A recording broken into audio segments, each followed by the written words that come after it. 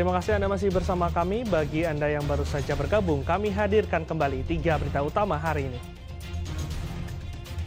Tak biasa, lebih dari 2,5 ton ikan kakap merah terjaring nelayan di pantai Batu Karas, Pangandaran.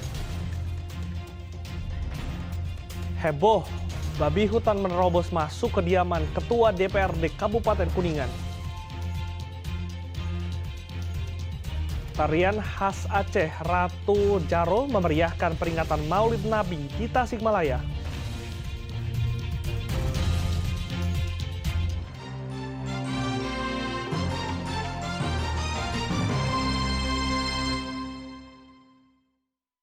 Kediaman Ketua DPRD Kabupaten Kuningan tiba-tiba kedatangan tamu tak diundang. Ya, seekor babi hutan masuk ke rumah dan membuat kehebohan para penghuni rumah.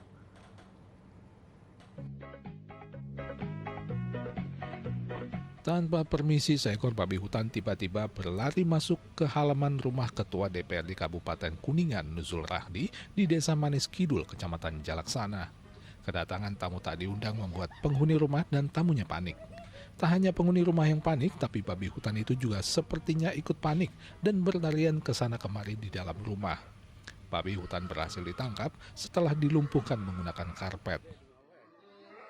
Kaget gitu loh, gitu babinya juga kaget jadi masuk ke dapur. Kita pakai alat seadanya dari mulai karpet, karpet, kursi, tali, ya kita pakai alat seadanya lah daripada ngerusak di dalam. Jumlah orang yang terlibat kira-kira? Ya kurang lebih ada 6 orang. Meski masuk ke sejumlah ruangan, tidak ada barang pemilik rumah yang rusak. Hanya saja kedatangan babi hutan pada tanggal 27 September lalu itu cukup membuat pemilik rumah kewalahan. Babi hutan diduga datang dari kawasan hutan yang berada tak jauh dari permukiman warga. Babi hutan yang ditangkap lalu diserahkan ke Polsek Jalaksana. Agung Gunawan melaporkan dari Kuningan. Beralih ke informasi lain, pemesanan tiket perjalanan kereta api di masa libur Maulid Nabi meningkat hingga 13%. Sekitar 35.000 penumpang tercatat dalam periode liburan panjang kali ini.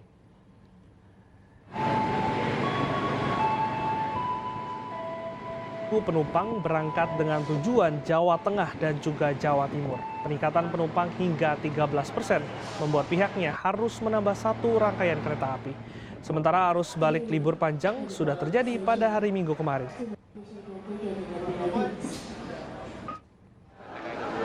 Bandung mencatat bahwa adanya peningkatan, jadi pada kisaran 13% atau meningkat sebanyak 4 ribuan penumpang jika dibandingkan dengan periode yang sama pada minggu sebelumnya.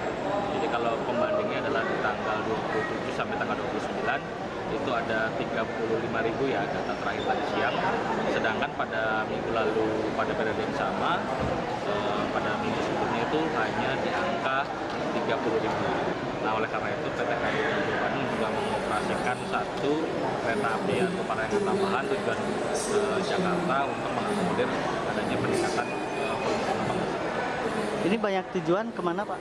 Ini memang kalau tujuan memang masih favorit adalah ke arah timur.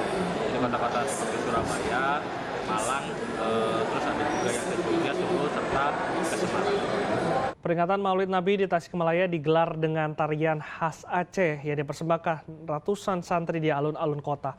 Tak hanya itu, warga dan santri pun bersama-sama menyantap ribuan tumpeng yang disiapkan.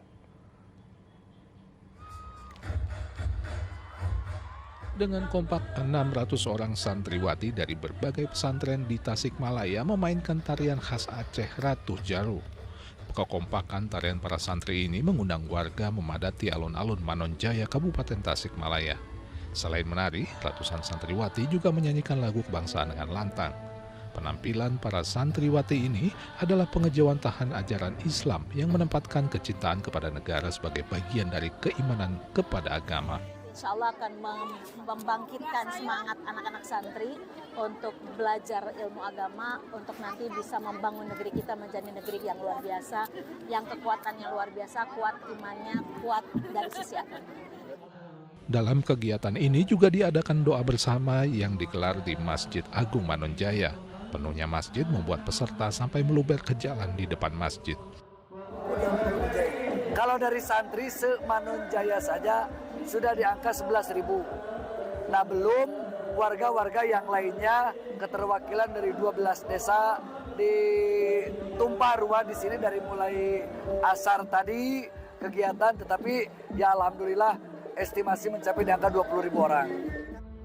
Panitia juga memutarkan sejarah kelahiran Nabi Muhammad serta menyediakan 2.000 tumpeng yang akan dikonsumsi bersama-sama antara santri dan warga. Eko Setiabudi melaporkan dari Kabupaten Tasikmalaya. Ratusan siswa sekolah dasar dan sekolah menengah pertama di Desa Kebon Manggu senang karena mendapatkan beasiswa dari perusahaan semen yang ada di Kabupaten Sukabumi. Selain pintar, siswa penerima beasiswa juga harus aktif bergerak mencintai lingkungan.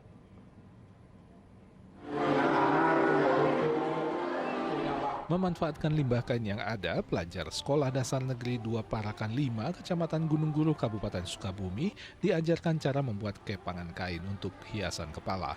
Kegiatan ini disambut antusias ratusan pelajar penerima beasiswa. Pelajar yang duduk di bangku SD dan SMP yang tersebar di 5 desa mendapatkan beasiswa dari perusahaan produsen semen yang ada di dekat tempat tinggal mereka. Beasiswa untuk pelajar Desa Kebon Manggu, Sinar Resmi, Tanjung Sari, Wangunreja, dan Sukamaju adalah upaya untuk menekan kesenjangan sosial serta mewujudkan SDM unggul yang mencintai lingkungan. Kami ingin agar para pelajar di 5 desa ini bisa termotivasi untuk bisa terus maju dan juga bisa terus meningkatkan prestasinya. Salah satu penerima beasiswa berprestasi 2023 ini bersyukur dan senang bisa mendapatkan kesempatan ini sehingga besar peluangnya untuk bisa meraih cita-citanya menjadi seorang guru. Saya sangat senang dan saya tidak menyangka karena telah mendapat beasiswa. Cita-cita saya jadi guru. Pemberian beasiswa pendidikan ini diharapkan bisa semakin luas cakupannya sehingga warga yang mengalami kekurangan dari segi ekonomi memiliki kesempatan yang sama untuk mendapatkan pendidikan yang layak. Asep Didi melaporkan dari Kabupaten Sukabumi. Dalam rangka ulang tahun ke-78, TNI bersama sejumlah lembaga membedah rumah warga yang tidak layak huni di Desa Purwaharja, Banjar. Petugas juga membagikan 250 paket sembako kepada fakir miskin dan manula.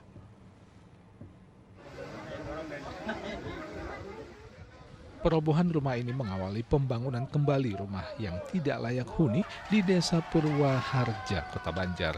Bakti sosial pembangunan rumah seorang warga, Nana Suryana, adalah bentuk kerjasama antara Kodim 0613 Ciamis, Polisi, Pemkot Banjar, serta Rumah Sakit Permata Kuningan. Rumah ini terpilih karena kondisinya tidak layak huni selama 7 tahun terakhir. Kita bersama-sama dengan anggota TNI yang ada dan anggota polisi, kemudian dari Jabar, sama-sama kita membangun di sini untuk mempercepat proses rumah yang akan kita berikan kepada Bapak Nana nanti. Selain itu, 250 orang fakir miskin dan lansia mendapatkan paket sembako berupa beras, minyak goreng, serta makanan ringan. Karena menurut saya ini adalah kegiatan positif yang memang bermanfaat bagi masyarakat. Kan ada bedah rumah, kemudian juga ada pengobatan gratis dan pembagian sembako sekitar 200 sembako yang dibagikan kepada masyarakat yang membutuhkan. Jadi kami atas nama Polres Kota Banjar mengucapkan terima kasih. Pembangunan rumah akan rampung selama 30 hari. Eko Setiabudi melaporkan dari Kota Banjar.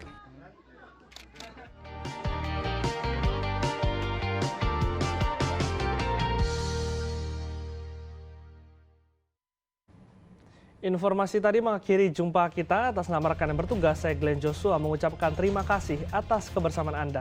Selamat beraktivitas dan sampai jumpa.